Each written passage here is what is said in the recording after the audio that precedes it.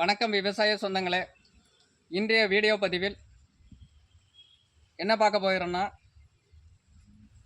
தென்னங்கன்று நடவு முறை. வீடியோக்குள்ளே போகிறதுக்கு முன்னாடி நம்மளுடைய சேனல் விவசாய கலைஞர் சேனலை சப்ஸ்கிரைப் செய்து கொள்ளுங்கள் மக்களே. வாங்க வீடியோக்குள்ளே போகலாம். தென்னங்கன்றின் அந்த தேங்காய் பகுதியில் பார்த்தீங்கன்னா வேரானது காணப்படும். அந்த வேர் பகுதியை நடவு செய்யும் முன்னர் அந்த வேர் பகுதியை நீக்கிவிடலாம்.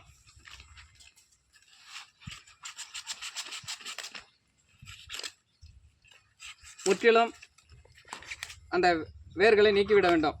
அப்போதான் புதிய வேர்கள்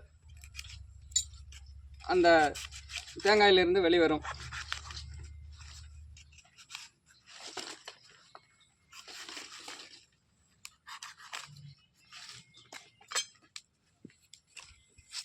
பார்த்தீங்கன்னாலும் தெரியும், தேங்காயின் வேர்களை நீக்கியாச்சு.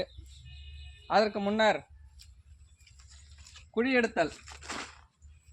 இப்போ பார்த்தீங்கன்னா குழியானது நாம் எடுத்துருக்கக்கூடிய அளவான பார்த்தீங்கன்னா 1.5 அடிக்கு 1.5 அடி, 1.5 அடி ஆழம், அகலம் 1.5 அடி. ரவுண்ட் அளவு பார்த்தீங்கன்னா 1.5 அடி நீளம், 1.5 அடி அகலம், 1.5 அடி ஆழத்தில் வரும். அந்த குழியின் அடிப்பகுதியில்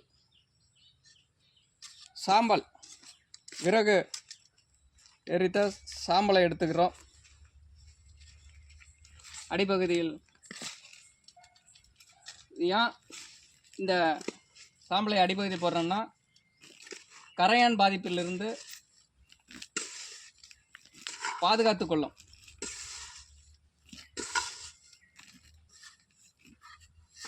அடுத்தது மக்கிய குப்பை ஒரு அண்ணன் கூட போட்டுக்கிறோம். நன்கு மக்கிய குப்பை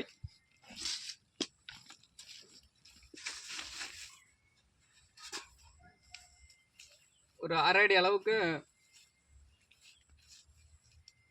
நிரப்பிடுறோம்.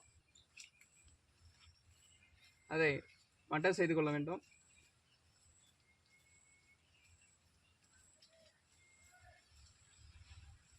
அடுத்தது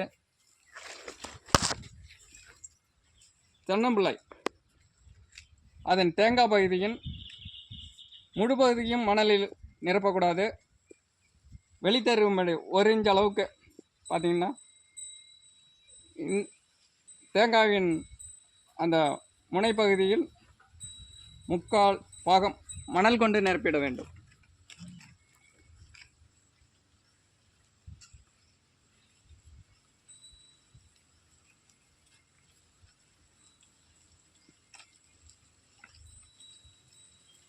நன்கு 4 பக்கங்களும் மணல் நிரப்பி தென்னைங்கன்றானது சாயாத அளவிற்கு மணல் கொண்டு நிரப்ப வேண்டும்.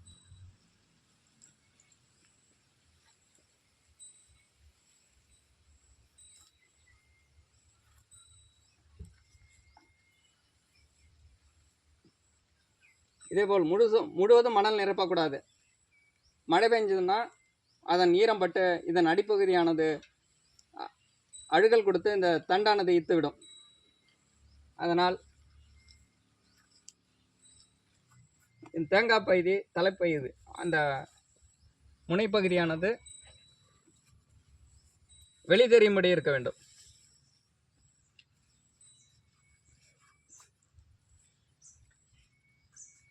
தேங்காய் 1 இன்ச் அளவுக்கு இருந்தால் போதும்.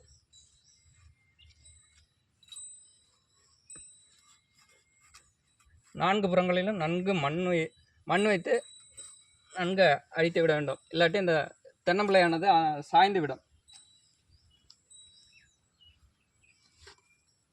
நன்றி மக்களே. இந்த வீடியோ பிடிச்சிருந்தால் லைக் பண்ணுங்கள், ஷேர் பண்ணுங்கள். நம்மளுடைய விவசாய கலைஞர் சேனலை சப்ஸ்கிரைப் செய்து கொள்ளுங்கள். நன்றி மக்களே.